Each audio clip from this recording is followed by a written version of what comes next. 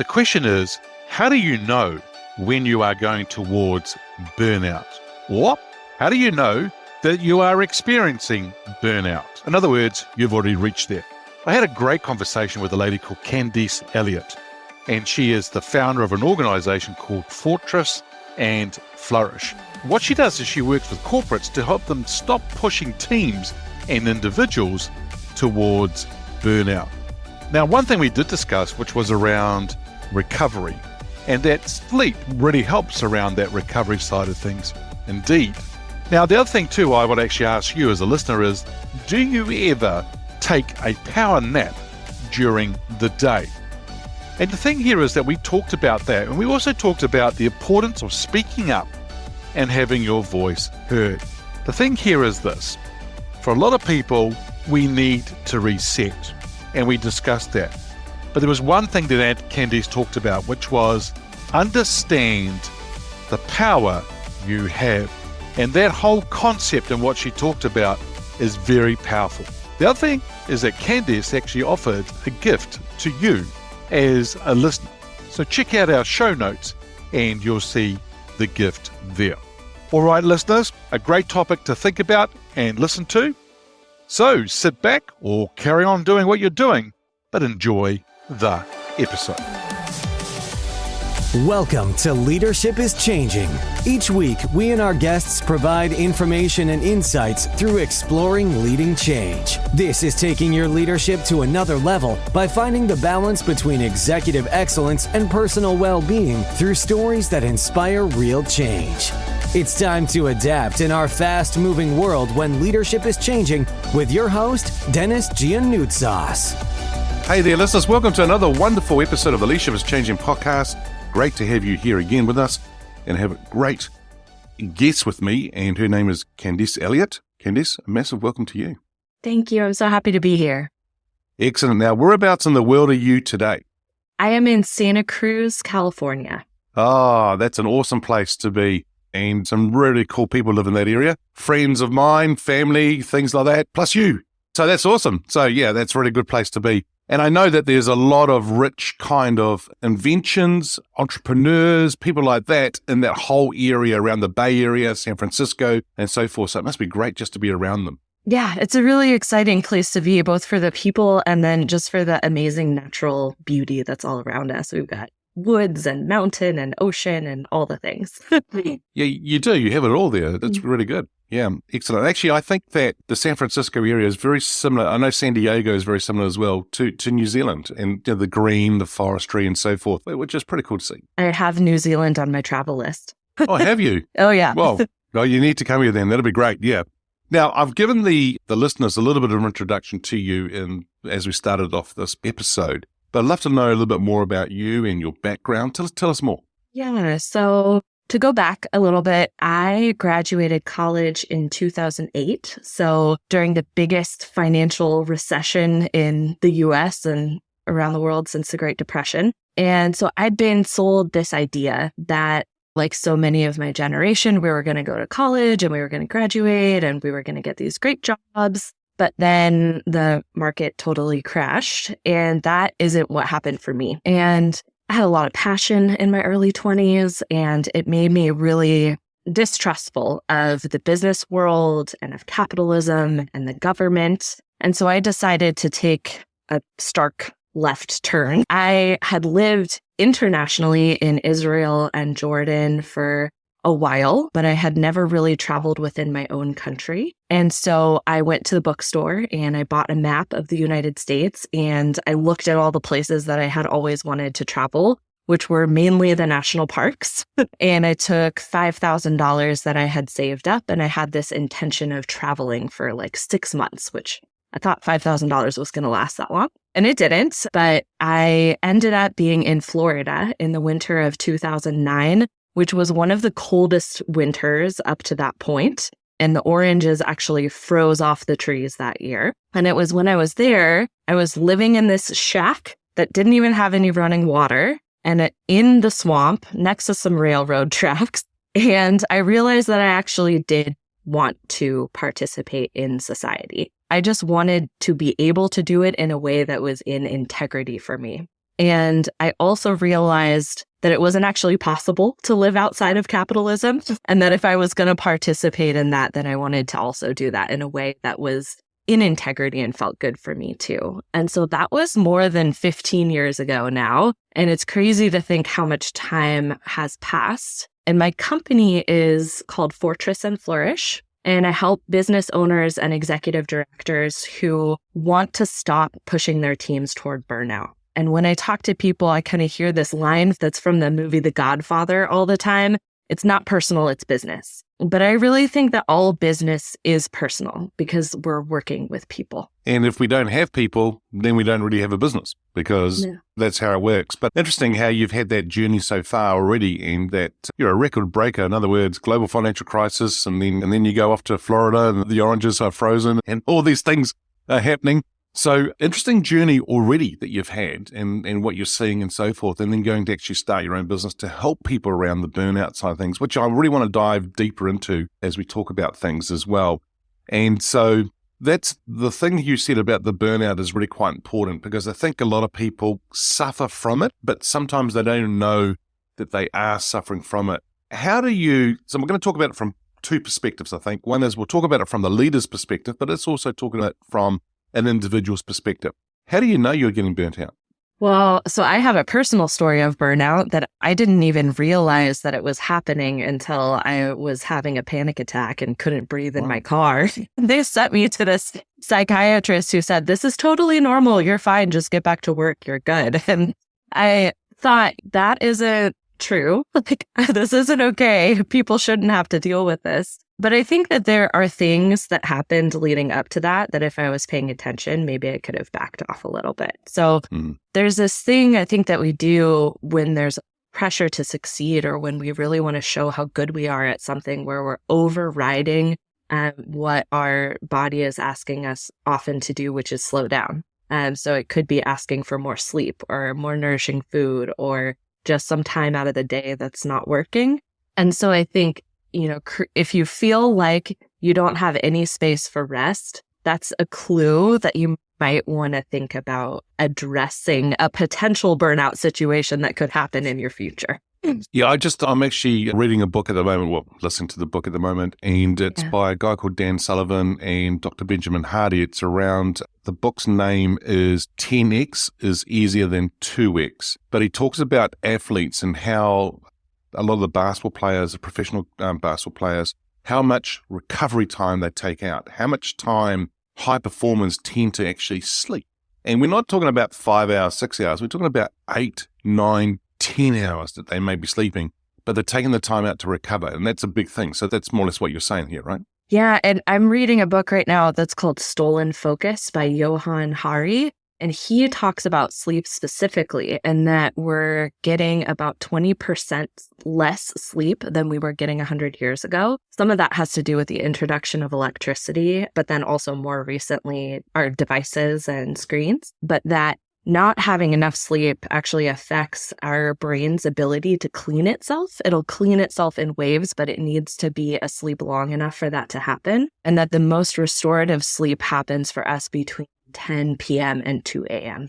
Yeah, and that's the thing for a lot of people is that they need to be in bed by 9, 9:30, 10 asleep because, as you just said there, those 4 hours are really quite critical. But then a lot of people sort of stay up later and then they watch another thing on Netflix or they're doing something on their device and things like that. Next minute it's 11 o'clock, 12 o'clock. And then So listeners, this is a big thing here, which is what Candice is just sharing with us, which is really important, that we do need to take time out, but you need to be deliberate on what you do here because it just doesn't happen. Yeah, you might fall asleep on the couch, but that's not what we're talking about. It's actually having decent sleep, and you need to take time out to do it. You need to be deliberate about the actual hours that you're getting there. Then there's the other side too, Candice, which I think people go to bed and they go, okay, I got to sleep now. Let's go.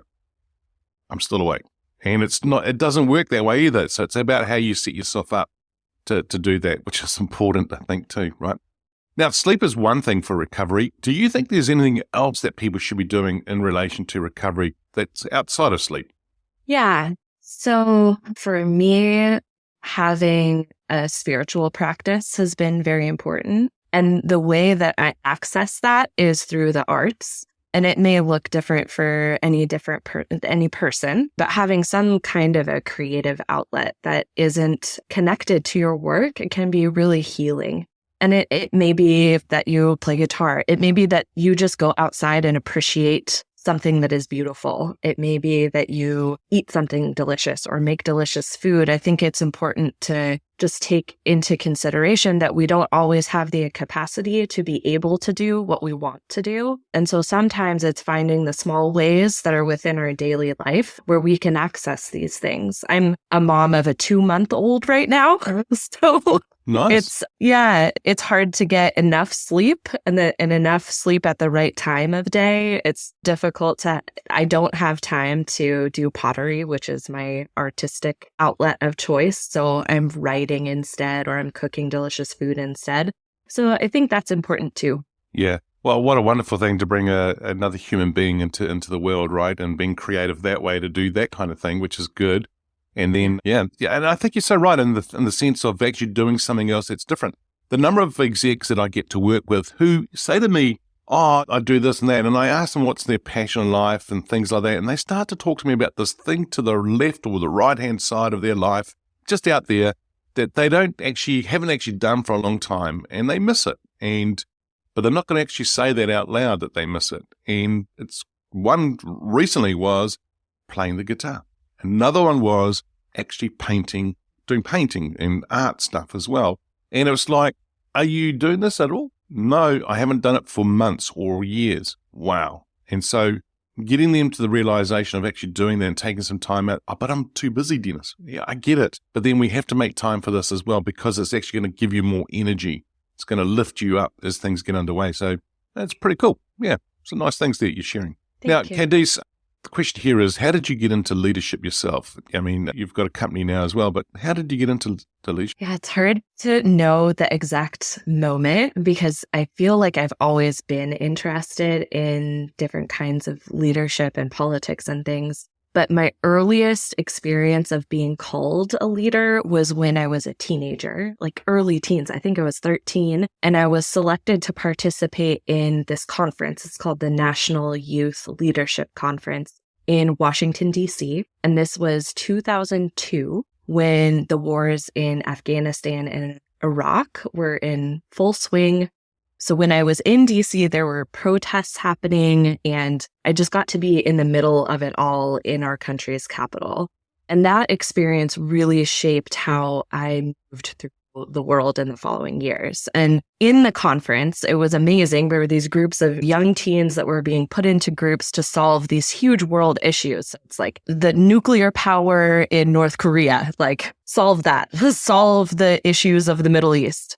And then also as a part of it, we got to go to the Smithsonian and see these wonderful memorials, and that impacted me really significantly. And then sort of next phase of leadership that happened for me, it was really seeing a need that a group had and then stepping into fulfilling the role that was needed. So an example of this is that I worked at a Boy Scout summer camp that was on Catalina Island. It was like the most beautiful place. And I worked in the field sports area. So we were teaching kids how to shoot bows and arrows. And there were 10 instructors, including me, and there was no real schedule for breaks, but we were all exhausted because we were working from like 6 a.m. until almost midnight. And so I figured out a way so that we could all get an hour off during the day so we could go have a nap or go swimming or something that would help us. And so from there, it just kept going. I think that once you start down this path of leadership, it finds you in all these different kinds of places. And then once you kind of have a go at it and it works. And for me, when I was able to help, it made me actively start to seek it out. Very good, very good. And what you just said about the nap in the day, is it important for people to take a nap in the day if they can? I mean, some people are in an office, so maybe they can't, but maybe they can somewhere. Is it important to take some naps during the day? I think what I've read in all of the research is that it's important to get enough sleep. And so that if you can't get enough in the evening time, then a way that you can hack it a little bit is to get a nap in the middle of the day, which is something that I'm doing a lot right now because I think I was up 7 times last night with the baby. Well, and that makes sense, right? And I think that's another big thing here, listeners, is you do what makes sense for you. You do it to look after yourself. You don't actually have to ask permission, just do it. And I was coaching a guy the other day and he said to me, oh, to be honest, I actually took a nap earlier on. And he was saying to me as if he was guilty about it, right? And I was like, that's awesome. So did I. And he's like, what? I went, yeah. I mean, I do that regularly. I might be working at my desk and I'm like, I can't even keep my eyes open. So I'll go and have a 20-minute nap. And that power nap just sets me up beautifully for the rest of the day. And I think it's a really important thing for us to do. It's good. I've got a question here I want to ask you because you being a young leader, if I can put it that way, what are leaders, young people, young leaders today looking from more experienced leaders? What do they want? What are they looking for? I think that we're looking for mentorship. I know that for me, mentorship has been very important. One of the people that I was able to learn from was Fred Keeley, who was the speaker of our house here in California. And so when I was on our community advisory committee against homelessness, he was the person who convened the group. Basically, he sort of guided us through the process that we were going through and taught me how to run a meeting with very different voices in the room and to be inclusive of all of those voices and to be able to have. And so I think that sharing your experience and sharing the things that work is really important for us to learn because we're going to have to keep moving everything forward. It's great. And it's actually a very good skill to actually have or facilitate a meeting whereby you can have everyone's voices heard, which is really important. Yeah, it's good.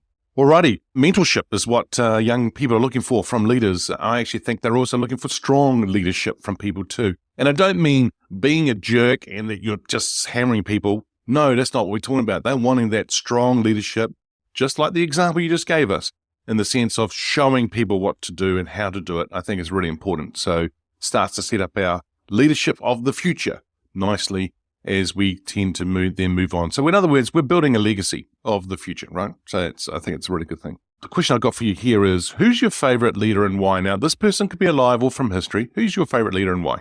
I really think about my grandparents when I think about my favorite leaders. I know they're not people that everyone knows, but my grandfather, his name was Ray Elliott, and he was a businessman, and he was the mayor of the town that he grew up in. And it's a small town here in California called Avenel. It only has about 6,000 people that live there. And I learned from him at the dinner table and at our family gatherings. And when he was the mayor, they put in the first stoplight in the town and did a revitalization of the downtown main street. And he owned almond orchards, and he talked about needing to find bees to pollinate the almonds. And he owned an oil field and talked about having to fix all the different parts of that. And he owned farm worker housing and built nut packing plants all over the Central Valley of California. And as much as I learned from him, I also learned from my grandmother, who I call Nanny. Her name is Donna Elliott, and she's alive still. And she really taught me about dedication to family. And then also, as a woman of an older generation, how to speak up for her needs and her beliefs. She showed me how to cut with a sharp knife, how to peel potatoes with a knife. And she taught me about forgiveness. I remember so many times when I was a little kid, I did something just stupid. Like this one time I spilled her favorite perfume that was in her bathroom. And she was kind about it. She was upset, but she forgave me. And I think that's something that's really important to think about as we're leaders. Not everything is going to go right all the time. And then something else that I learned from them is just about slowing down and having slow mornings and slow summers and time in nature. And we always read the newspaper together in the mornings. So we would read the funnies, but we would also read about current events and we would have disagreements about them, but we would always come back together again and we would always love each other. And so that has been something that's been important to carry with me as I was co-chairing this advisory committee, but also on our county's workforce development board. And then as I was helping hundreds of businesses during COVID and then when wildfires wiped out 900 homes in our county and all of these devastating kind of things that have happened that impact our small businesses and our nonprofits too. Yeah. Well, there you go. I mean, you're coming from a family of entrepreneurs, and you're also coming from a family of, like, your grandmother's side of things about looking after family and having that dedication, but also speaking up, having your voice as a woman heard. And in New Zealand, we were the first country in the world to give women the right to vote many years ago. And so, see, you need to come to New Zealand. You need to come and have visit here. So it's really good. Now, if you were to sit on the park bench, you said your grandfather's passed. If you were to sit there with your grandfather now and ask him a question while you two had a cup of coffee together, what question would you ask? The question that's actually coming to mind is about my sons. Like, what happened in your life when you were a young boy that you would want my sons to know about? Awesome. So his perspective or his experience of what happened to him or he experienced as a young child or a young boy, and actually passing on that knowledge to your boys would be a great thing. Well, that's an awesome question to ask. Yeah. Very cool. Alrighty. Now, you and I are talking about, the show here is called Leadership is Changing. When I say that title or that statement, what does that mean for you? Yeah. So, you're talking about how New Zealand is the first country to give women the right to vote. And it makes me think about my own country, which demographically is 60% white and 40% Black, Indigenous, and people of color. But the leadership of our businesses and our government just doesn't reflect that diversity. So an example is that our Congress is 78% white. When you look at women, we're 50%-ish of the population and only 29% of the Congress. And then when you look at business leadership, those numbers get even smaller. So women are 8% of CEOs of Fortune 500 companies, and Black, Indigenous, and people of color are a little over 6%. So when I think about how leadership is changing, I think 100 years ago, it wasn't even where it is now, right? So a lot of changes have happened. And in the US, we've created a lot of laws that are meant to help correct that imbalance, right? The Civil Rights Act is a really important one. But another thing to think about is that a law doesn't really fix an issue on its own because the law doesn't get to the systemic kind of issue that's at play. So another thing about laws is that they can just create they can perpetuate the problem that they were meaning to solve. Like our minimum wage was meant to eliminate poverty, but in fact, because it hasn't been kept up with the way that it should, it is pushing more people into poverty. So I think that as we are leaders and leading companies, we need to be thinking more long-term. We need to be not just thinking about what's happening in this moment in a reactive place, which a lot of us are consistently in a reactive place, or the fiscal quarter, which is another place where we kind of, tend to spend a lot of our time. But we need to be willing to look at these systems and remake them and to include people who really need to be given the same opportunities. So part of that is understanding the history of colonization and how the people that are in power are really a minority of the world population. And there's a book about this that I absolutely love that kind of changed my life, but it's Sylvia Federici's Caliban and the Witch. And then the other piece of that, we've been talking about a bit, but it has to do with the health effects of these systems that we've created. So some of those include 6 out of 10 people in the US and Britain have chronic health conditions. So like autoimmune disease and high blood pressure. And we've talked a bit about these studies, but in the US, for example, we're 400% more productive than we were in the 1950s. And 80% of Americans, though, are going to face a mental health crisis in their lifetime. So there are these kind of juxtaposed pieces of information, and they're important things to understand, both collectively and individually. So part of this is helping each other and understanding that competition isn't the only way that we survive, right? If we look to Darwin and the survival of the fittest, part of it is competition, but the other part of it is helping each other. And so when we're thinking about redesign, we have to think on more than just this personal level and on a collective level. A lot of us as leaders are working in our company space, and that's a really key space to be working on because we spend 50% of our waking lives at work. We do indeed. And sometimes we actually are married to we spend more time with the people we're at work than we do with the people that we're married to or in relationships with as well. Have you ever thought about getting into politics yourself, like following your grandfather's steps as well? I have.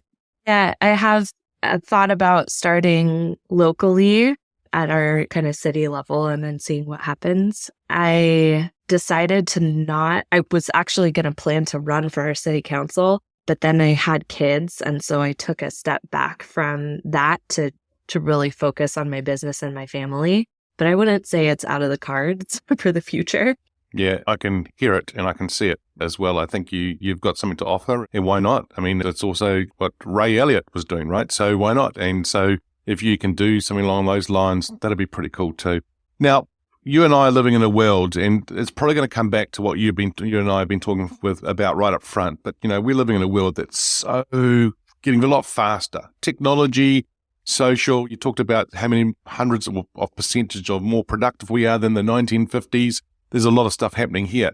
What does a leader need to do to be successful in that fast-paced, ever-changing world today? Yeah, so I think drawing on what I learned from my grandparents, part of it is empathy. So to be able to see humans as humans, to let people be in their humanity and their imperfection. I work with leaders that are struggling to maintain that empathy, or they feel like they have to keep pushing people and pushing themselves, and just like never ending project deadlines and deliverables. And in my own team, we generally don't start our conversations with work.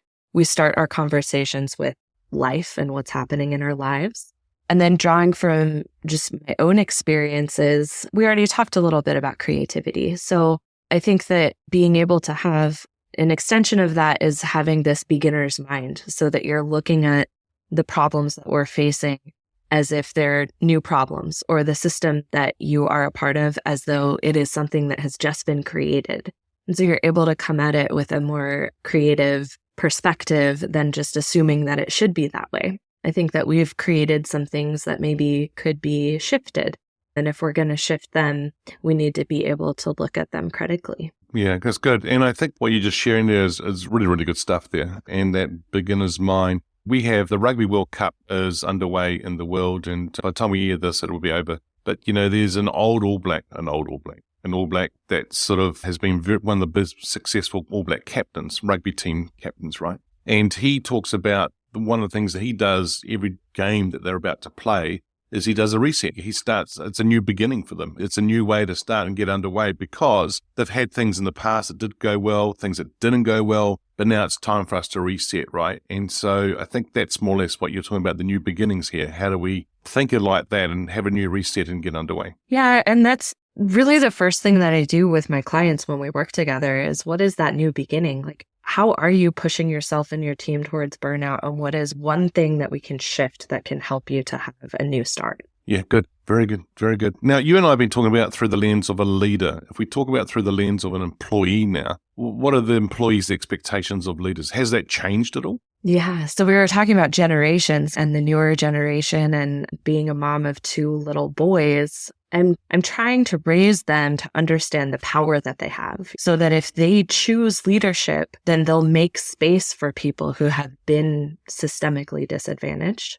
And I'm not necessarily assuming they're going to become leaders, right? They might just decide to do whatever they want to do. I feel like most people, though, are leaders in some kind of a way. But it seems to me that the younger generation, I mean, I'm in my late 30s, but there are people entering the workforce who are 15, 16, 18, in their 20s too, and that they've been raised just a little bit differently. It's like every generation, we kind of become more aware of what's happening, and we grow and we change. And if we have this long view of history, we see that there's a direction that we're heading. And I think that one of the things that's difficult for them is, because we've created all of these work systems, they don't necessarily make sense. And especially if you're raised to see injustice, or you're raised to see how a system is unfair, and you're raised to speak up about that, if you then are put into a workplace where that is happening, I think there's this disconnect that happens. And so even in a healthy workplace, you have a younger generation coming in and being critical about it and speaking up about it. And I think that there is a part of this that is teaching that generation what work is, or teaching our young people what work is. But there is also us listening to them and hearing what is challenging and making some changes along the way too. The current systems of work haven't really been around for that long. They really are born out of the industrialization in the 1800s. So we're still in a time where we can shape and shift and change too. Yeah, absolutely. And I think we're teaching the younger ones, but also the younger ones are teaching us too. There's that both sides, right? But as you said, we have to listen. We have to be there to understand what's going on and listen. And I like what you just said there too about understand the power you have. I think that's a really, really cool thing to think about as well, listeners, is that really do understand, step back and think about what kind of power do you have? And it's not always a title, because people think they've got this power because they're a title, because I'm the mayor or I'm the whatever. Who cares? It's what you do, and it's also how you treat people is really going to determine you being successful as a leader as well, which is something that some people don't think about. Yeah. Candice, if I was to get you to get your crystal ball out here and start thinking about the future, where do you see leadership being in 5 years? Let's see. What comes to mind is one of my clients. Her name is Mariah Roberts, and she's the executive director of a nonprofit here that's called Santa Cruz County Park Friends. And they're building these inclusive playgrounds all over our county. So any people of all different kinds of abilities can use this playground equipment. But also, we started working together when it was just her and her board of directors before she had hired anyone. And we wrote a handbook together. And I've just seen her, as she's growing this organization, continue to invite diversity and be very inclusive, to ask all of these questions. Like when she comes up against something that she doesn't understand, she finds the right person to get the right advice about it for her and for her organization. And I just see also the way that she is partnering not just with her employees and with her board, but also with outside organizations and the government. And so I think that's the direction where leadership is going. I think that it is seeing the interconnectedness of the home and the work and the community and being a force to bring everyone together. Yeah, I like that. That's very good. Now, it's been a pleasure talking to you today and having you as a guest on the show. If our listeners are wanting to get hold of you, where should they go? So my website, which we're going to link, is a great place to start. And then I'm also on LinkedIn. And I have a gift for the listeners as well. So I'm excited to share with you a short 30-minute consultation if that's something that you want and you would like to dig into this question of burnout with me and see what we can do to shift that a little bit for you and your team. That's excellent. So we're going to put all that into the show notes, listeners. So if you wanted to refer to that, so to get hold of Candice or the actual gift as well, that'll be in the show note for you. Candice, once again, thank you so much for joining me. It's been a real pleasure talking to you today. All right, listeners. Well, there you go. It's about being inclusive and having all voices in the room being heard. And the thing is that leadership sometimes finds you. But if you've got a beginner's mindset, in other words, you can reset and you can understand things, but you also understand the power that you have, that is going to set you up beautifully. But once again, remember that burnout does creep up behind you and can actually hit you from behind. Do take time out to recover. Do take time out to look after yourself as well, which is really important. Hey, thanks for joining us today. Until next time, bye for now. Thank you for listening to this episode of Leadership is Changing with your host, Dennis Giannoutsas. Each week, we and our guests provide information and insights through exploring leading change, inspiring executives and leaders to adapt and lead a bigger game in a fast-moving world.